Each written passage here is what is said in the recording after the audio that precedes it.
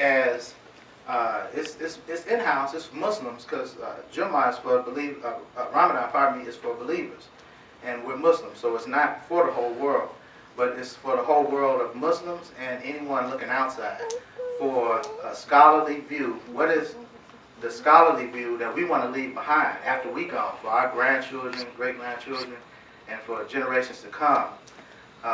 What are we going to leave for the world to study of our works and of Imam Muhammad's over 33 years of leadership in this community? That all when he first came into office, it was about 33 years prior to his passing, and pledged their allegiance to him and stayed with him, loyal to him.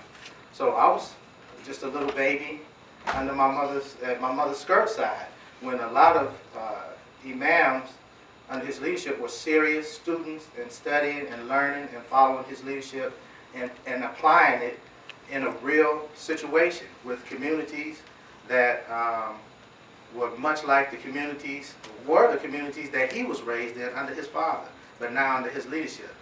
So I think it's important that we should come prepared to with speeches that are prepared to be published, not necessarily by us, but on your own, but to be put in book form. Many people take their scholarly works and days, even hours after their conference or event is over, it's available for at least for those that attended, and not just video. I'm doing my part. I'm pretty good with the video camera, so my conscience is clear. But I want to put this burden on the minds and the hearts of the imams that you worked so hard your life, and you should want to see the fruits of your labor.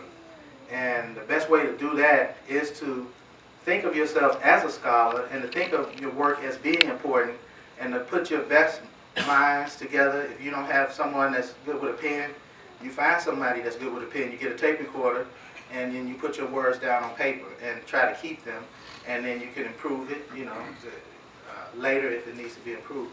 But I think that's very important because Imam Muhammad had charged us with that many years ago. He said, he often made general statements that if we don't record our history, someone else is going to be out there doing it for us.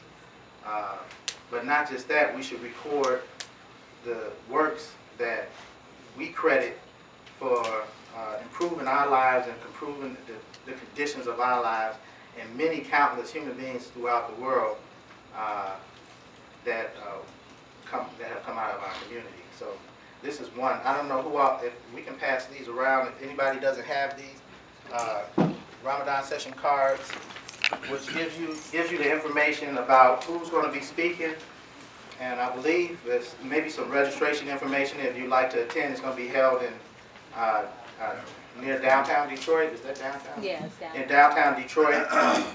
And also Imam Muhammad's teachings for those that may not have tapes or may want to do some research on it. These are current copies. If you don't have a catalog, we have a free catalog. If anyone doesn't have a catalog of Imam W.D. Muhammad's lectures and speeches, the ones that we have available at this time.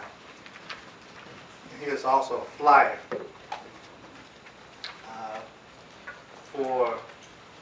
this is something Imam also established, that I don't have to preach about this, that you all remember Imam Muhammad picking up the flag and the reaction of not just the African American community and the members in his following, and the shock almost.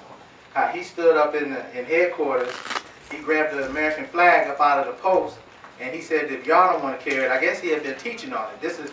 I'm getting Imam Nafis, he probably can tell you better because he was an adult at the time. I was just a little boy, and I don't remember this verbatim, but I've heard about it most of my life. That he picked the American flag up and walked it across the street. He said, you don't want to carry it, I carry it myself. And that led to us going downtown in Chicago, where it was nothing of any significance going on in Grant Park on Patriotism Day, on the 4th of July, until we went down there with the New World Patriotism Day, and we celebrated our citizenry. And who would have dreamed back then that less than 30 years later, we would have one of us. And when I say one of us, I'm going back home to Chicago on Stony Island.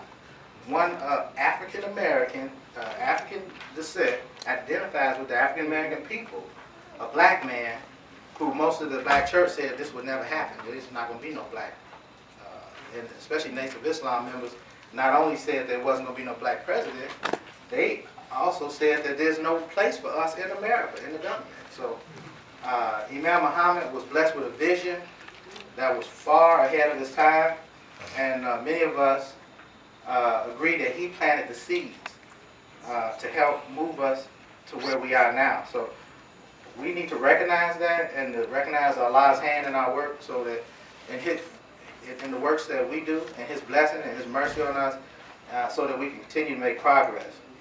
This is the 35th annual, so that was 35 years ago. This is the 35th annual Patriotism Day Parade. We're welcoming anyone that is near Chicago that can be there on the 1st of July. This is one of our charitable programs which has been a huge success and has continued to grow since the first one we had on a Muslim Journal property in Hazelcrest, near the south side of Chicago, after the passing of Imam W.D. Muhammad. It's a free picnic where it's similar to the atmosphere that we have out here. Picnic environment, family fun, allow food, some games for the children, and socializing, and a few guest speakers. We plan on being out there in the park. It's a famous, very popular park on the south side of Chicago, Bovian Woods. And that's being passed out. And if you look at the flip side is promoting our annual Muslim convention, which is going to be held, it's, like I said, every year. Every year it just humbles me, because I would have never dreamed that Allah answers your prayers of the sincere. The things that I set back and the life that I knew that Imam Muhammad should be seen in, these are things that I only wish that my father could see. My young boys, they growing up, 4 years ago, before he passed, they look like little boys. They look like men now. And they're really doing well, and since he passed, I have 2 more children. The community is beautiful.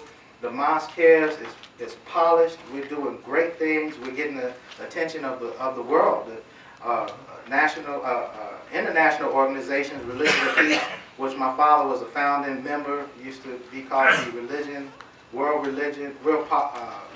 World Parliament of the World's Religions of Peace. Now they just go by Religions of Peace, which is an organization that includes all people with faith from around the world and has several chapters and representatives all around the world. And I was elected as U.S. co-president, and it's because of not just because of my father, but because we were recognized by them for the work we've done since my father passed. I had some imams call me and make predictions. I like to give them a call back, but I have to be more mature than that and let them know that what happened to their predictions. We still here. The things that they warned me about and predicted that I would lose, I still, the community, with the help of Allah, we still have them, and we are thriving, and Allah has blessed our sincere efforts. My wife, I think she had, do you have the current, the accomplishments? Do you know them by heart? Oh, come on. I'm going to let her read this off, because I can probably spend another 30 minutes talking about what she can read in maybe 2 minutes. So, but after she gets done, if anybody has any pressing question or anything you'd like to know from me, then I'll be more than happy to try and accommodate. Okay, I just have to bring it up. Yeah, Robin Muhammad. When I met her, we were young, no children. She had just come out of college. Actually, she left college, was trying to pay her student loans off and all of that. And we eloped. We got married. Allah showed us, and my father gave me a little support too. I said, I'll be, you know, when you're a son and you got a father that's tough like that, like my dad. you be waiting to hear for some approval, looking for it. So wherever I find it, I take it and